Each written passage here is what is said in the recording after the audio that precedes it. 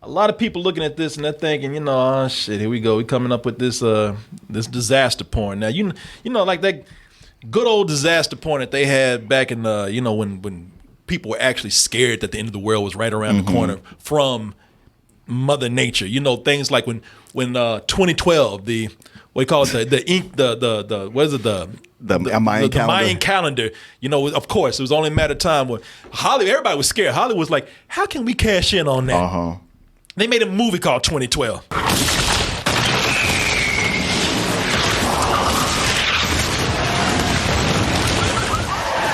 Yeah, they had all these movies, man. There's too many to even The Day list. Before Tomorrow. Yeah, well, or is it The Day After Tomorrow? The Day After Tomorrow. Yeah. There was one with The Rock where he was on water. Or San Andreas. San Andreas. Yeah, people. These movies were pretty much giving the audience an apocalyptic amusement park ride. Yes. You had people like Roland Emmerich and Dean Devlin, is that his name? Yeah. And they just kept coming back to the well. Oh yeah, and Michael Bay, and they would just they just see fire and just start jacking off. Right. They took glee in destroying the world. They would watch explosions. They'd be the only watching an earthquake and with that dig out just yanking. Yeah.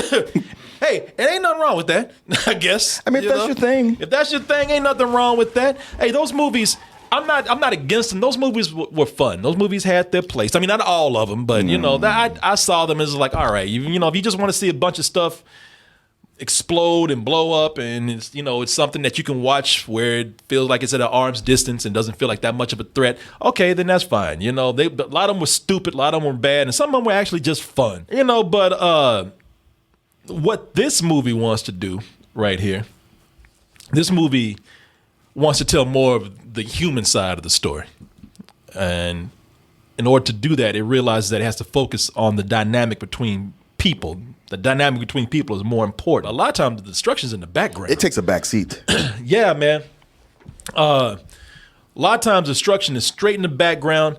Even when it's going on, and you saw that in the trailer, the scene with the fireballs coming down, the mini comets or whatever. When you see that coming down, man, it is a spectacle, but it's still centered on character. It's still centered on the point of view of the characters. It's so on ground level that what you're seeing mostly is the effect of it.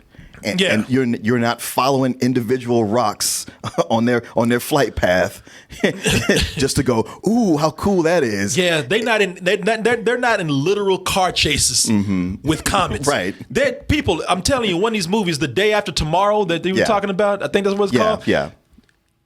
Cold actually got to the door. Yeah. And it chased people. And went, shit. Yeah. Almost got him. Candy ground. People, they're not doing that here. If you notice that they're focusing on the consequences of what's happening. If you're following people, you're not following the destruction of the comets. You're following the character. You're getting it from their point of view.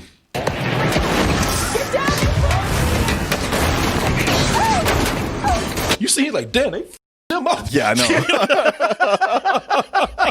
I feel bad for that guy. Yeah, you just figured there's a point where you was like, I'm just not even gonna look at what's happening to other people.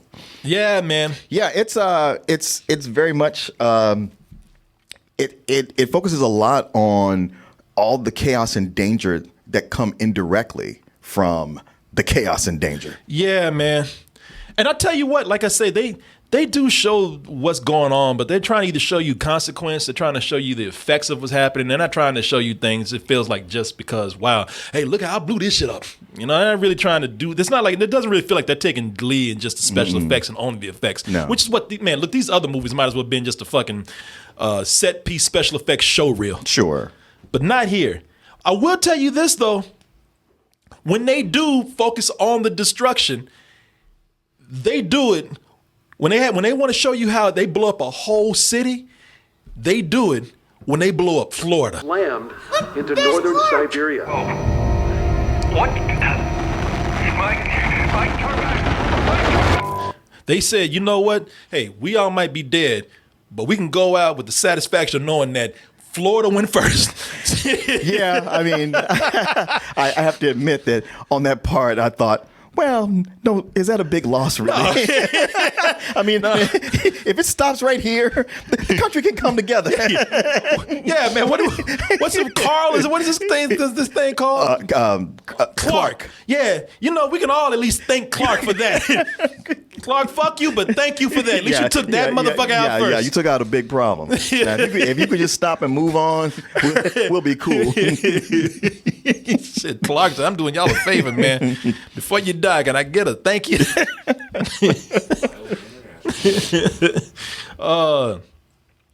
This runs through the tropes, man. It runs through the tropes of a disaster movie, man. You start this out where you get to know the family at the beginning. You so that you can feel for them later. You get that moment where Gerard Butler comes in. I forgot his character's name, but he comes in. He has the moment with his son. The "I love you, son" moment. We get to see him and his wife. The wife's name is Allison. It's a girl from Deadpool. Yeah, what's her name? Marina Baccarin. Yeah, we get to see them argue. They're having problems, but hey, maybe this apocalypse will be bringing them closer together. There for the kid when they have to protect their family. We see all of that. We also see the crumbling of society too. Everybody turns on each other immediately. Even Gerard Butler in the movie, he's just kind of like, shit, that didn't take long at all. We see the people who are out there turning on each other, the looting. We even see people partying.